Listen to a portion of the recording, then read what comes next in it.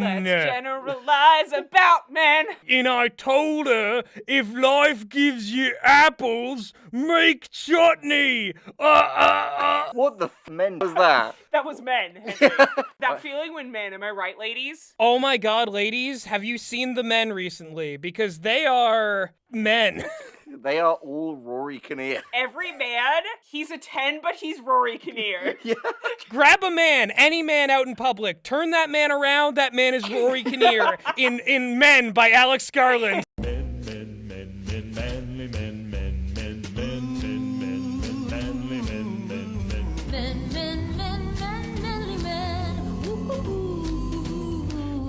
Yeah, this is one of the most caustic movie experiences I've had in quite some time. Dare I say that this is one of the least movies I've ever seen. This is one of the least films ever. Funnily enough, I'm gonna be the one who's, like, somewhat nice to it, because I did have a really good time up till a point. Let's say, I'll be nice to the first half. The first half is okay. Basically, this movie is about Harper, a woman who has had a tragic fallout to her marriage, and so she has to go out into the countryside in order to forget about this, and she heads to a town where everyone is Rory Kinnear. And you are waiting. The whole movie, you are waiting for her to be like, it's so weird how everyone in this town, look, she never notices. This is a movie which has a plot that I would best describe as nothing happens until things start happening until they stop happening. Yeah, no, That's pretty much how it goes. You did it. You broke men down to its most basic forms. Just like this movie does, am I right? Really solid gender commentary here about men, am I right? Am I right, ladies? Hey, ladies, you know how men? I gotta give Alex Garland a lot of credit because he allows this Harper character to escape from, like, the trauma that she has at the beginning of the movie, which is a real trauma that, like, people really do go through, and she spends a good chunk of this movie just walking around in, like, a pharmaceutical commercial. Yeah. Like, you could put, like, Flonase in the corner of, like, her just, like, traveling through the woods, and it would make sense. And the part where they say all the side effects, it would just be reading the plot of this movie. Like, side effects may include this. Side effects may include that all men around you will be Rory Kinnear, and then some real messed up shit. And then will happen. Naked guy follows you home, and a naked man in the weird echo tunnel that creates the soundtrack for the movie, which never fails to get old or entertain or / be ominous. You're so right about the weird kind of almost ad-like aesthetic of this movie, because the bit where she's driving to the village looks like a commercial for that car. Well, you know why it is? It's because this movie is a feature-length trailer. Yeah, okay, so the thing is, the trailer for this movie suggests a film that we did not get. The trailer for the movie suggests that it will be more than what is in the trailer, but it is in fact more of the trailer. Yeah, it's just more of it, all the time. Yeah, more of all of it, all the time. Unlike Everything Everywhere All at Once, this is more of it, all the time, and it's not as good. What you see is what you get. By a long shot. And what you get is men. This is the true sequel to the old video because it's a one-word title, and half of the video is just paying out on how bad the title is. Yeah, this movie shouldn't be called Men, it should be called Rory. Yeah. Oops, all Rory! God damn it. So, Meg and I went and watched this probably a couple weeks ago, and because we were really hyped about it, we enjoyed the trailer, we thought it suggested like a weird, fucked up movie, and A24 is typically very good for, like, weird, fucked up movies. Like, they have a proven track record. The last horror movie that they made before Men was X, which is fantastic. Oh, that's fantastic. Please go see X. If you want a really good, like really well-constructed, simple, but, like, really entertaining slasher movie, check out X. And then they've also got stuff like Hereditary, The Lighthouse, Midsommar, Lamb is also one of their movies, The Green Knight. They have a lot of movies that are, like, unsettling and cool and weird and interesting. This movie is not one of them. Gus watched it today, and Gus has been withholding the specifics of his opinions and reactions to different scenes, so We're getting that for the first time in this review as well. Well, I gotta say, Henry, what I love about this is that it goes back to one of the most insightful writing tips we've ever, been over. What if a psychic antagonist trapped the hero in a mind prison nightmare? Oh yeah, because Alex Garland trapped us in a psionic mind prison for the duration of this Yeah, film. Alex Garland basically gaslit us for an hour and a half, because we were like, she's gonna find out at some point. She's gonna notice. And then she didn't, and then you're like, is that Rory Kinnear? But is it? I don't know what anything looks like anymore. I just know that men exist. You go outside and all the men are Rory Kinnear, and you know that they're men because they're Rory Kinnear, and everyone who is not Rory Kinnear is not a man. Goes up to a straight couple. Which one of you is Rory Kinnear, and which one of you is the other one? It's that famous, it's the famous Captain Knuckles quote, a woman is not a woman unless she's pretty, and a man is not a man unless he's Rory Kinnear, yeah! Well, yeah, and then you go up to a gay male couple, and you're like, which of you is Oh, both of you are Rory Kinnear. Okay, I was just seeing. Yeah. They released that new hamburger from Burger King in Germany, and it's 2 Rorys. The Rory Kinnear burger. Yeah. My biggest takeaway from the movie is that the real antagonist of it is Alex Garland. Yeah. Because he tricked us into watching it. The whole time, the woman who plays Harper, the main character, she seems to be spending most of her time either just vibing in her house and trying to get over her trauma, or actively moving away from where the script is telling her to go. She encounters this big, weird tunnel in the middle of the woods. Yells into it. But then she finds the same tunnel all bricked up. Is she gonna go into the new bricked up tunnel? But no, she climbs off the path, and she's just she just seems like, no, I don't want a movie to happen. I'm just dealing with my husband's death. Please leave me alone. Yeah, and Rory Kinnear is just chasing her. Well, some of the Rory Kinnear. Because that's the thing. The Rory Kinnears, until the very end, don't really even seem to be in league with one another. No, yeah, because the Rorys are all just like, hey, don't blame me. Alex Garland told me to come after you. Especially Jeffrey. Yeah, I fucking love Jeffrey. God, justice for Jeffrey. Can that be the hashtag? Can that be the call to action for this comment video? justice for Jeffrey. Justice for Jeffrey. Alex Garland did my boy so dirty. Jeffrey, sweetie, I'm so sorry for what he did to you. Jeffrey is the best character in this movie. Gus, tell the audience about Jeffrey. So Jeffrey is this British guy who runs the house in the countryside that Harper goes to, and he's all just he's so folksy, he's so country. He's just like, oh, you're scrumping apples from me tree. Well, you can take as many as you want. You can make chutney with them.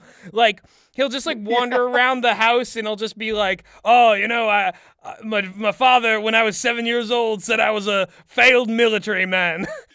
I love when he's talking to the cop, and the cop says oh, the homeless guy took apples from your tree, and Jeffrey goes, oh, scrumping, have him hanged. Have him hanged. He's just everyone's dorky uncle. Yeah. I love him so much. And the thing, too, is Rory Kinnear acts the hell out of that role, and Jeffrey would be a really sympathetic, interesting character if it wasn't eclipsed by the fact that all the other men are played by Rory Kinnear as well, and all of them are bastards. There's a bit later on in the film where all the hell is breaking loose, and he turns up, and he seems like a genuinely pretty heroic presence, and you're like, no, Jeffrey, don't do it, when he goes to go outside and look to see what else is going on. Because at that point, she's being attacked by all of the other Rorys. Yeah, well, it's weird, because it feels like he's the good Rory. Yeah, he's like Gizmo, and the rest of them are the gremlins. Yeah. Yes! Yeah. Or Stranger Things, where they have D'Artagnan, and then he's befriended them, and he's turning on the rest of his kind. The main bad Rory is the naked guy that shows up, that follows him home from the woods.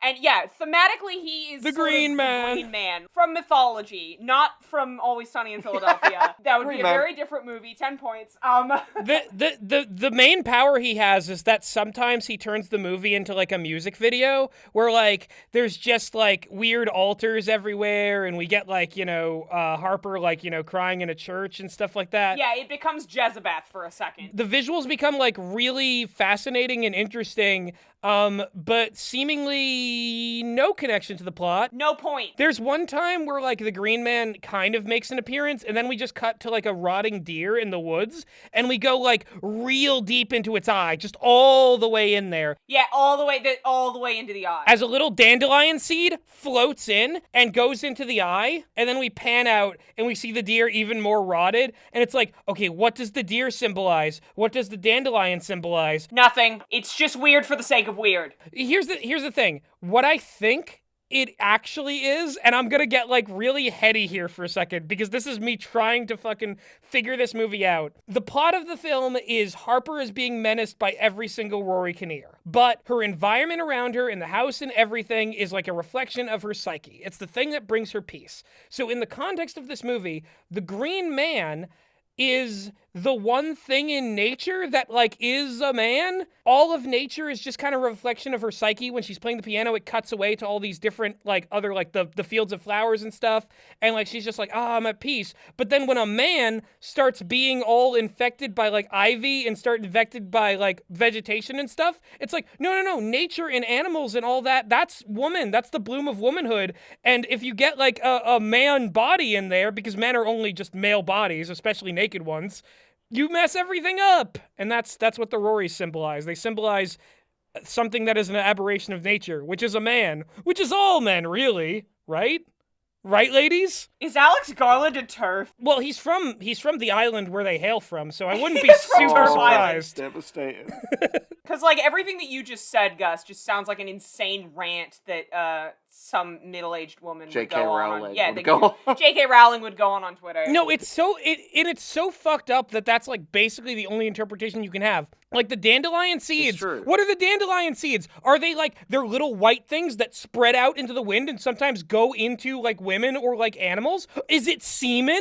Are the seeds of the dandelion semen? Like, and they represent, like, desires and they go into people? Like, what the fuck? What else could they be? That you're not even reaching for that, Gus, because it is consuming a dandelion seed that leads to the most infamous sequence of this movie. Oh, This naked guy follows Harper in from the woods, and there's a really good That's scene the where best she's... scene of the movie. Yeah, best scene in the movie, where she's talking to her friend on FaceTime, and she's showing her friend around the house, and the guy is always, like, just out of her eye line, outside, like, looking in the window. And that was creepy as hell, and she ends up calling the police, who come and cuff the guy and take him to the station. But then later in the day, when she's gone, she goes into town, goes up the pub. There's another Rory tending the pub. Jeffrey's there. She talks to Jeffrey about it. And then the cops come in, and the cops are like, oh, we couldn't book him for anything, so we gave him some clothes and let him go. Indecent exposure, Yeah, trespassing. He was on somebody else's property with his dick and balls fully out. That's a crime? He reached into her letterbox, tried to get into the house. Public nudity is a crime. Exactly, and he did try to break in. Again, we can't overemphasize that. This whole thing, too, is that, like, there was something, like, it is creepy, definitely, but I think there was something unintentionally funny of him just, like, strolling around naked outside the window while she's just trying to not be a part of the movie. It is really scary to begin with, but it does reach a point where just how long she remains ignorant to his presence gets oddly funny in a way. But the thing is, what it made me think of, and this was far from the only thing in the film that made me think of this, that scene in the first Austin Powers where Vanessa is in the foreground and, like, naked Austin is in the background, and she's always, like, strategically covering his dick with different stuff. Yeah, or, like, he'll hold up melons and, like, cover her chest, like, that sort of thing, and it just goes on for so long. This film feels like an attempt at, like, an exploitative horror version of, like, an Austin Powers film, because it has the energy of, like, oh, half the cast is just Mike Myers in various false noses and wigs. Yeah, it's just like, it's like a British guy who can pull off many different roles just being the entire plot, while Harper's like, please no, I just want to live in my house. I've been through enough. I'm gonna do a quick little Rory count. Let me know if I forget any. So first we have Jeffrey. Then we have naked Rory, aka the Green Man. Then you have the vicar Rory, who the biggest bastard of them all. The biggest bastard of them all. He basically tells Harper that her husband's death was her fault. Then tries to sexually assault her. Yeah, later in the final movie, sequence. he tries to sexually assault her. We have creepy child Rory. The scariest one, not just because it's really unsettling to see Rory Kinnear's face deep-faked onto a 14 or 15-year-old boy, but because British teenagers are just really scary. They are super scary. Then you have the bartender Rory. He does not have a lot of lines. We don't know what he wants. We don't know if he's in league with the rest of them. He's only in it for one scene. Then you have Cop Rory, who I think shows up again in the last bit. Yeah, because he's standing there when just all of the apples fall off the tree, That's and then it right. goes dark and he disappears. That's right. Okay. Oh, crucial thing about creepy child Rory is that he wears like a plastic, like, the stranger's mask. Oh, there's two Rorys you're forgetting. Oh, I'm forgetting two of them. Like kind of gay haircut earring Rory, who is one of the bar patrons. Oh, and yeah. And then who Bogan runs Rory. at the house later. And then just the Rory he's speaking to, who I'm not sure we ever see again. Okay, so then there's Bogan Rory, and then there's two other Bogan Rory's friend. Bogan Rory's two friends. That is, we are at a Rory count of 9.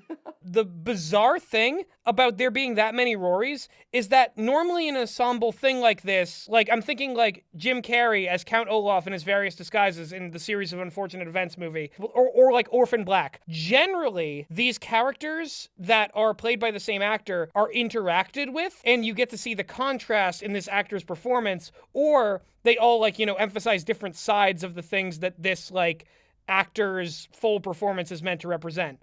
In this, there are just Rorys that, like, ambiently never interact with Harper, and it's like, what are those Rorys doing? Are they involved in any of this, or are there just some Rorys that aren't part of the Rory agenda to torment this one woman into, like, reflecting on something about her trauma? Yeah, because everyone in this town is Rory. If you're a man, you're Rory. The two genders, Rory and everyone else. But why are they doing this to her? This movie commits what is, in my opinion, one of the cardinal sins for horror movies, which I've brought up on this channel before with reference to the film Spiral. It's one of those things where you realize that some of the scares that happen in the first half don't make sense when the second half reveals some of the shit that's going on, which in some ways is fucked around with this film by the fact that you never know what's going on.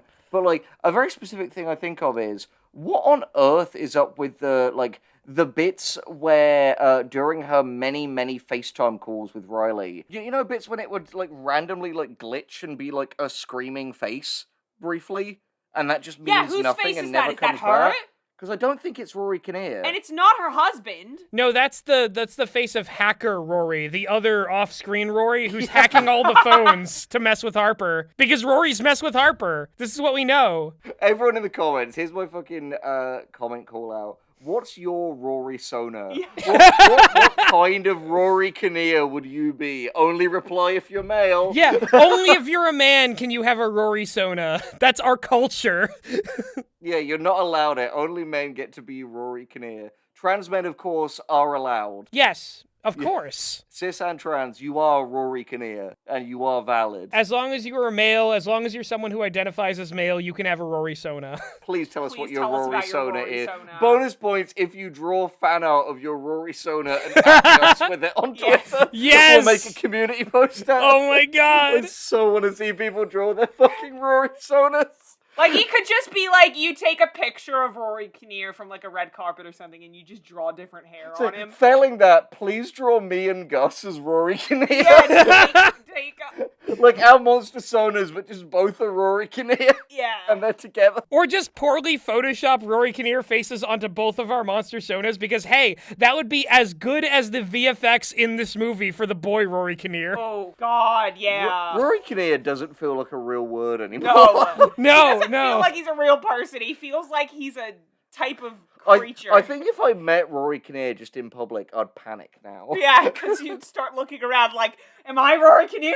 Who's Like- Rory? Like, how's it gonna be for anyone who sees Rory Kinnear, like, up the pub now? Yeah, just like pointing like Donald Sutherland in Invasion of the Body Snatchers. No, here's the thing. I think I'd be fine if I met Rory Kinnear in public. It would be meeting the second Rory Kinnear that would freak me out. Yeah.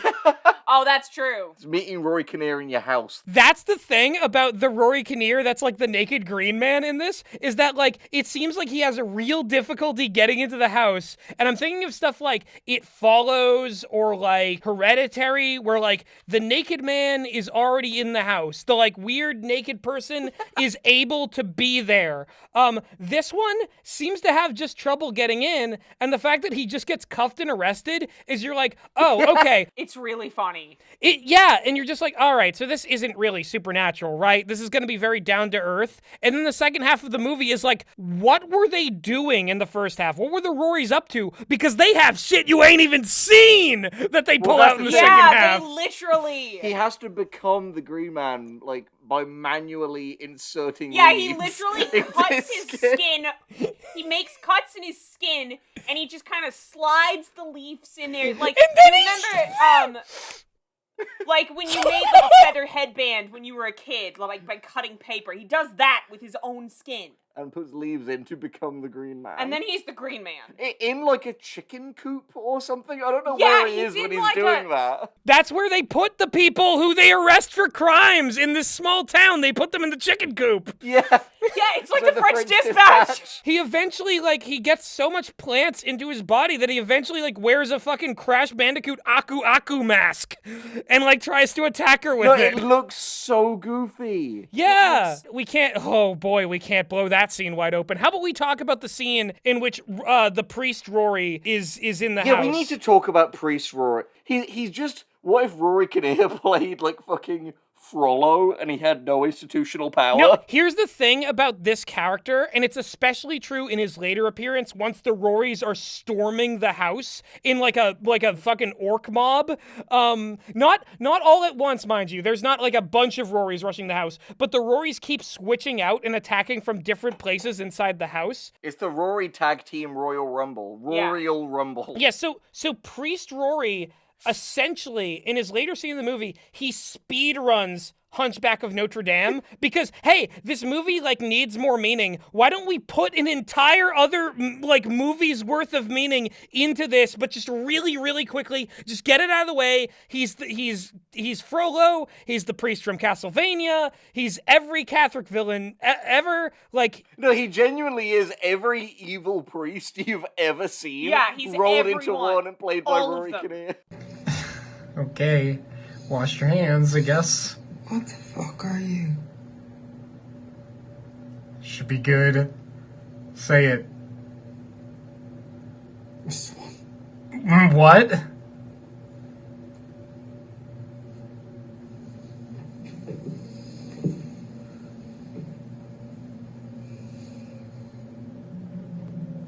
When did you lose your virginity? What? Listen, I get it. Part of my family was, like, brought up Catholic. It is a fucked up, like, institution, and I will not defend the Catholic Church, and they have done some horrible things. This feels like Snidely Whiplash twirling his mustache. Like, it is so out of place with the rest of the stuff going on in the movie, and it just feels like Alex Garland just wanted an exploitative, weird character who's, like, horny, but, like, righteously ashamed about it, and it's like, oh, I'll just make him a priest! That way I can write dialogue like, what is this? This cave pulling at her skirt.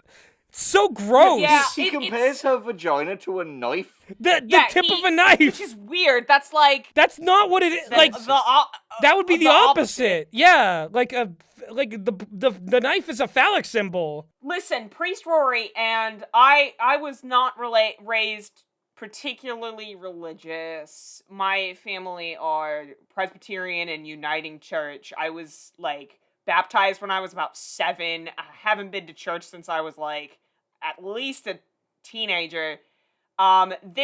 This is what, like, me trying to write religious trauma would be. Of just, like, somebody, like, this is like, well, this is what Catholics are like, right? This is what Catholic priests are like. Well, that's the big thing. This whole movie is Alex Garland's attempt to right trauma that is not his own. Yes. Yeah, that's the biggest problem. A big portion of this movie, especially the first half, is cutting back to her final conversation with her husband. I think we've got to get a little bit of context on this. I feel like we have to address the fact that only black black character. person in this entire movie is the abusive husband. Yeah, and he's very specifically like a very like angry, volatile, emotionally unstable dude. Because Optics. yeah, because Optics, Mr. Garland. and obviously it's not up to us as like three whiteys to fucking decide how people should feel about that. But it is a bad look. Yeah, no, that's true. And putting all that aside, you know what would have made this movie like a million times more thematically coherent? If her husband had husband been was Rory Rory Kinnear! Yeah, no, exactly. But you know that Alex Garland was like, no, they're going to expect that to be the twist. I gotta make it something different. And then he just never came up with another one. Thus completely sledgehammering the meaning. The scenes that Harper has with the husband are the only real thing in the movie. Like, everything else is so disconnected. Like, I love movies that explore, like, abuse or trauma through a, like, metaphor suited to it. Like, for example, one of my favorite movies in this vein is Colossal. But yeah, by Nacho Vigalondo, starring Jason Sudeikis and Anne Hathaway. Great movie, perfect metaphor for, like, Gloria's trauma and, like, what she's going through and just abuse in general. Very good. Men is like if they established the trauma in the most like, okay, this is what the trauma is. It should be pretty easy for us to build a plot around this trauma. What if we just didn't? Yeah. Yeah. And what if we just did not build a plot at all and the movie was just simply, ladies, you know how like men? No plot, just vibes, but the vibes are rancid. Yeah. Like, and that's the thing. The scenes with her and her husband are like super uncomfortable in like it feels like they show too much. They show him like emotionally manipulating her, saying like if you leave I'll kill myself and that'll be on you, that'll be your fault. And then also he like takes her phone and when she won't unlock it, he like hits her and then she like chases him out and then he like either jumps off or the other potential one is he was trying to climb down and get in through the window, but fell. From the apartment upstairs. And for context, in the first scene where she meets Rory Priest, he sits her down and has what you like think... she has been in this big empty church. Crying. She sees the creepy altar, then she sits down in a pew and starts crying. Yeah, and he's like, hey, I think I could offer a hand. And to begin with, it seems like he is going to be, like, genuinely And he like, chases off the creepy child Rory as well. Yeah, so exactly. you're like, He was hassling he's... her. Yeah. He's one of the good ones. But then he suddenly just goes, and this is in the trailers, he goes, you must wonder what you've done to drive him to it. She's like, what? She's like, look, I'm not saying it's nice, but men hit women. That's the reality. You know, we can't, like, we can't just gloss that over. You should have given him a chance to apologize. That's probably why he committed suicide. And it's like, it's such over-the-top, like, cartoon misogyny. Yeah. Like, there's none of the subtlety to, like, the, like, racial microaggressions in, like, Get Out. I saw a sexist character do this in a movie, therefore I'm gonna treat that as a real thing. And it's made even more absurd because, yeah, like, the policeman is meant to be dismissive of her, and, like, that might work if it was something like, if the guy that she had accused was someone who was, like, kind of a charismatic, good-looking, smooth-talking man who's like, oh, look, you know, we just had a fight, it's fine. But the guy in question was a like, disfigured man with his willy out. A nonverbal, completely naked, like, man who was, like, trying to break into the house. Like, what policeman in their right mind would be like, oh yeah, you're fine, we'll just put a shirt on you, put some pants on you, you'll go right back out into society and be an upstanding member of our Rory community. Are you kidding me? He's just expressing Rory to Rory solidarity. Yeah, he sees Rory's oppressed all the time. Rory's are the most oppressed class. More than after gamers, gamers. even. No, I would say the gamers are. Here's the big, like, this is the real red pill. Rory Kinnear is the minority of the entire world, because there is only one person in the entire world who is Rory Kinnear. Like, there are other people who might appropriate Rory Kinnear by having the name Rory Kinnear, but there's really only one Rory, which makes him the ultimate minority. Because, after all, is there no greater minority than the individual? I'm losing my shit. I'm losing my mind right now. Give us a pitch. Fix the movie. Script Doctor Meg. Masters in script doctoring. Right. Meg Tootin. And then we'll discuss the fix the movie. Masters in having a vagina. This is me speaking on how, I'm trying to do what women have been trying to do for hundreds of years. I'm going to fix men. Ooh. I looked at that movie and I said, I could fix him. If you think Meg can do this, type in the comment, Meg fixed men. Yeah, hashtag Meg fixed men. I'm gonna base this on a real thing that happened to me around Halloween last year when I was staying in this house by myself before Henry was able to get, before they were allowing foreigners into the country because of COVID. And I was in the queue at the supermarket, and a guy behind me complimented my outfit, and we had a little chat, and then I left. And then the next day, I was walking out on the trail, and I ran into a guy who was walking his dog, and I had a chat with him, and he kind of, came on to me a little bit, and then I told him I had a boyfriend, and he left me alone. But then, as I was walking home, I was like, was that the guy from the grocery store? Has he been stalking me? Because... listen, a lot of men do look exactly the same. I have a hard time telling them apart sometimes. And I thought, when I saw the trailer for Men, I thought that was going to be what the movie's, horror was. That, sometimes you cannot tell men apart.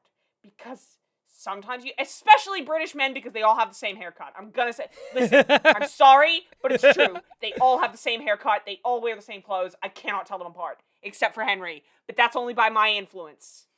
That he has grown his hair out and become a unique human being. Oh my god. You pulled Henry out of the Rory pit and made him a real guy. Here is my pitch for how we fix men. Go, yeah. Harper goes to the old house. She talks to Jeffrey. She goes out into the woods. She sees the naked man. The naked man follows her home. Calls the cops. The cops come. And all of that is the same as in the Alex Garland cut. The cops leave with the naked guy. She calls up her friend Riley. They have a conversation about what happened. And during the call, Harper says to Riley, and I noticed something weird, that, Jeffrey and the naked guy and the cop all look exactly the same. They kind of brush it off. They make a joke to the effect of, everybody's probably each other's cousins in this town anyway. It's, it's the middle of nowhere. So then she goes to the pub, and she sees all the other Rorys. And she's, thinking to herself, oh, okay, this is really weird. Literally everyone in this town looks like they could be related to each other. They all look like they're the same guy.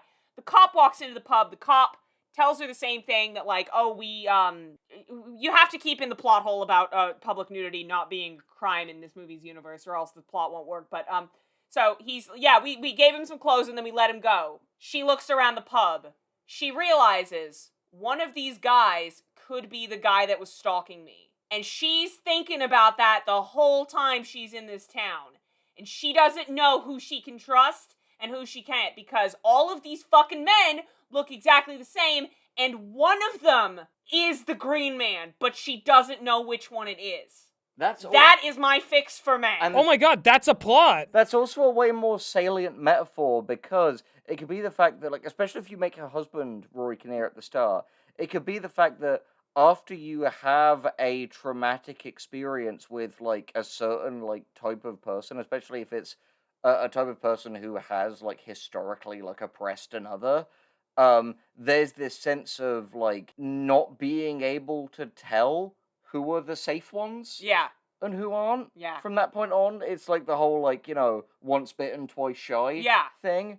Hashtag Meg fix And men. then, I don't know if you could bring in the Green Man mythology, because I had this idea of, my sort of, pseudo, this is kind of how I thought the movie would explain it at different points, but then, it never explains it. But, like, to bring the Green Man into it, you could have it be that, like, there is some kind, the Green Man is some kind of, like, spirit or, like, dark god of the town that is warping reality because the original Rory Prime, who may or may, who, for the sake of the metaphor and bringing it all back together, it was her husband, the first one, his body ended up in, like, the resting ground of this spirit, and so that is, like, warping reality and making every man look like him. I like that. Yeah, see, that feels like a much better and more salient, like, conflict and plot and explanation for it all than literally nothing, which is what we get in the actual movie. There is another piece of, like, genuinely, like, vile body horror that Really like, good. because there's this bit where, once again, one of the Rorys is reaching through the letterbox to get I think her. it's the Green Man again. Yeah, possibly. And It's this always is the before Green all-out Man. Rory assault. Yeah, it's before the all-out Rory assault. She has a knife. She sticks it through his arm. But what he does is pulls his arm back out of the letterbox. And because the blade of the knife that's Is, sticking like, through his in hand, between the two, like, you know, the two bony bits in your forearm. yeah, it simply slowly bisects his forearm down the middle, And then it but slips in between, like, the middle of the hand. metatarsals. And so his hand has basically been split into two, like, tentacles. Yeah, that's the thing. They both operate like tentacles. So the thing about this injury that Rory Kinnear, like, sustains is that this carries over to all the Rorys. All of them have it, but because it's on screen for so long, it, like, stops being scary almost immediately. And every time Yes. Harper sees it or another Rory with it, like, her reaction is almost just like, oh no, it's him again. Well, the thing is, what's really strange about it as well, the fact that this one thing carries over to all the Rorys, it's like, hey, maybe it's because the wound was inflicted on the Green Man, so that's And he's like the "Ooh, Prime." Rory. But Yeah. throughout so many scenes in this movie, we have seen Rorys interacting with each other. So it's weird that they're now kind of trying to pull, oh, they only attack one at the time because it is just one being. It doesn't make sense. Jeffrey comes over, and you think Jeffrey is gonna. You're like, no, Jeffrey, don't die. And Jeffrey goes out into the yard and just kind of, like, blinks out of existence. And she doesn't know where he is, so she gets into her car. She goes out onto the road. She's driving down the road, and then Jeffrey jumps out of the bushes in front of her car. And she hits him. She hits Jeffrey with her car. And she stops and gets out.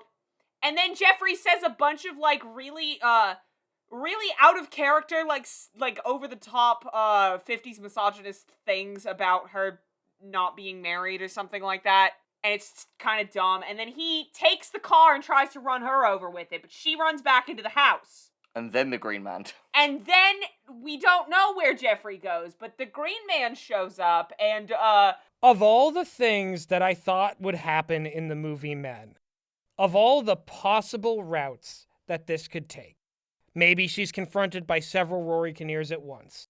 Maybe it's kind of like, you know, a sort of The Trial style, like, Pink Floyd thing, where, like, you know, she's just, like, all these different Rory Kinnears are confronting her about her trauma or everything. What I didn't expect is it to be a purely physical, purely visceral thing that happens.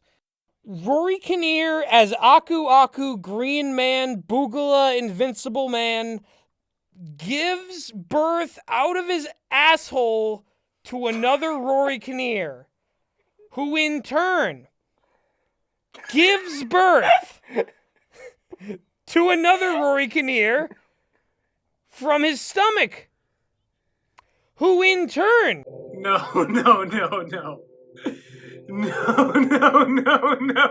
not again. There's no way he's gonna do it again. There's no way he's gonna do it again. He's doing it! He's doing... Go! Oh my god! Oh! This is so gross! Gives birth to a third Rory Kinnear from the, like, where his spine meets his back. And then, if you can believe it, the now fourth born Rory Kinnear steps into the house opens his mouth, is gravid with another man to enter the world, and gives birth through his mouth hole, falling over in the process. And they, like, die immediately every time they give birth to another Rory. They die immediately, and it's 4 Rorys, and the 5th birth of men is Harper's husband bearing the same weird injuries that the Rory has. Because those injuries reflect how his ankle was fucked up and how his arm was fucked up when he fell on the wrought iron Which fence. is why it does not make sense that he's a different guy. Yeah. Yep, exactly. It is fully, entirely. He sits down next to her, and he's just like, hey, Harper, like, you have unresolved trauma related to me. It's like, it's your fault that I did this. Like, he literally just describes people being like, you were horrible to me. You didn't let me apologize. And then I fell out a window and onto a fence. No, does he even do that? He doesn't even, like, do that much. He just says, like, hey, so I died, I fell out the window, and these injuries happened to me. And doesn't she, like, pick up the axe? No. I wanted her to pick up the axe. I wanted her to use the axe. Bad Chekhov's gun. The axe, so much emphasis was put on that fucking axe. And they never use it. And she holds it, and she has a very iconic, I'm walking with the axe to use the axe. And it's like, oh, I'm just not going to use the axe. She just doesn't do it. She just doesn't do it. And you know what? The movie just doesn't, also. What is it that you want from me? Tell us what the movie's about. Do it. Yeah. I thought the credits were about to roll for a second there.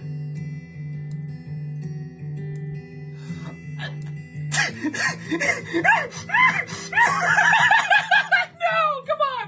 Wait, okay.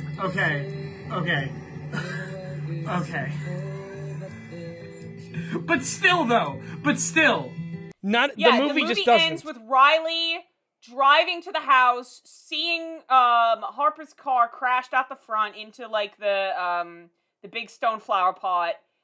She sees the trail of blood from all of the men giving birth to themselves. She goes inside. She sees all of the blood on the couch from the husband coming in and sitting down. And then she goes out into the yard, and Harper's there. They look at each other. They say nothing. The movie is over. The thing is, Flonase! that scene as well felt very... Flonase. That scene felt very reflective of Rod arriving at the end of Get Out. And the thing is, this whole movie... Or the cops are showing up at the end of Ready or Not. But the thing is, this whole thing, like, the fact that this, like, on some level may have started with Alex Garland being like, I'm gonna make Get Out for the female experience, and didn't for a second feel self-conscious that maybe he wasn't the guy for that. Yeah, he didn't for a second think, oh, maybe the fact that Get Out, like, was a written fantastic... by a black man. Yeah, the fact that it was made by a black man is why it was such a fantastic piece of horror satire. For fuck's sake, Alex, just make another movie where a guy wants to fuck a robot. Like, clearly that's where your mind's at. The night that we first watched this, we were looking up, like, Letterboxd reviews, and again, this is one of those things that in some ways is a movie that balks the ending so badly, it kind of diminishes your opinion on his previous films, because someone commented the fact that Alex Garland is just fucking obsessed with making movies that just, like, bathe in, like, female pain and trauma. Yeah. And, like, it is weird how that's, like, all of his fucking movies. Yeah, Ex Machina is the robot lady.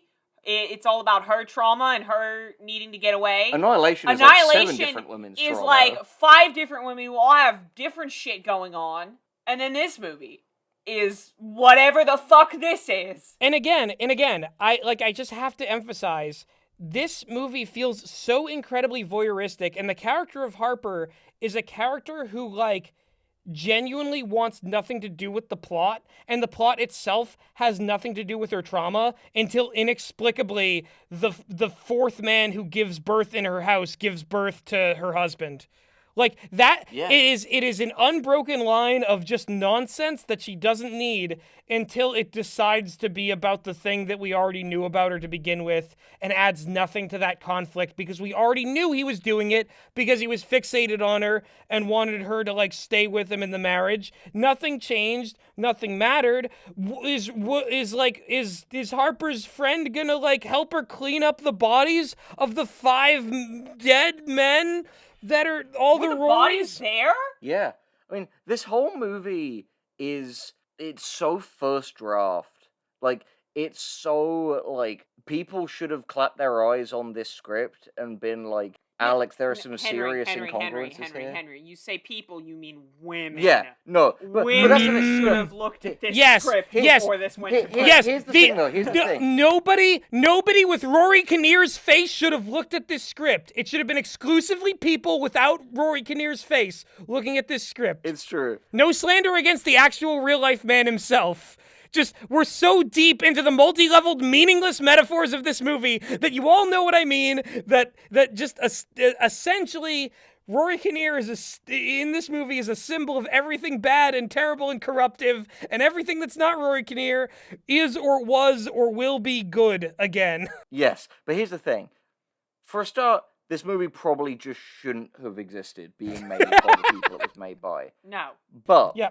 if, let's say, hypothetically speaking, this movie has to exist, right? Obviously, women writers and a woman director was needed to, like, sort out the fact that it is clearly, like, tone deaf and really doesn't at all meaningfully reflect the female experience. But anyone of any gender could have told you, like, structurally and in terms This of movie images makes no and sense. themes, how utterly incoherent this movie This is Yeah. nothing. This is, yeah. Now, do we want to go into our conspiracy theory? That about we this proved film? was correct. I think We that's a good proved it thing was to correct. end on. Yeah. This is a good thing to end on. So I said, when you watch this movie, the thing that you will notice is they do absolutely nothing with the gimmick of everyone is Rory. Because To the extent that it's weird. yeah, it gaslights you because you're just like, is that Rory? Like no one's reacting. Like, especially given how much they leaned on it in the marketing. yeah, like the marketing makes you think that it's going to be kind of like I described, a paranoia movie where you don't know who's who because everyone's Rory.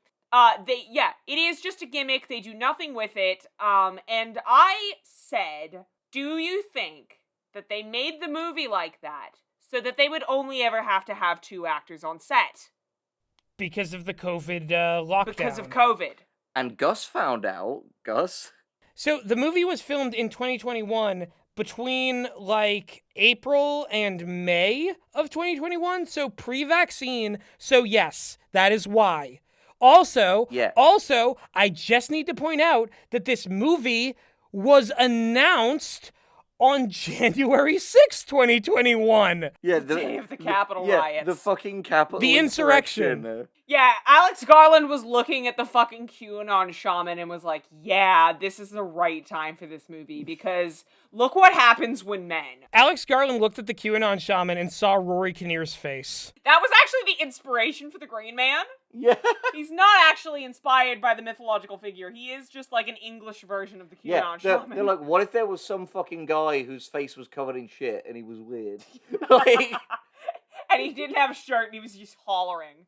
No, it all makes sense now. All of this was a dramatization of the insurrection on January 6th. Harper represents the soul of America. Lady Liberty. Yeah, she's Lady Liberty, and she's being attacked by all these Rorys. And, like, these Rorys gotta stop attacking the house.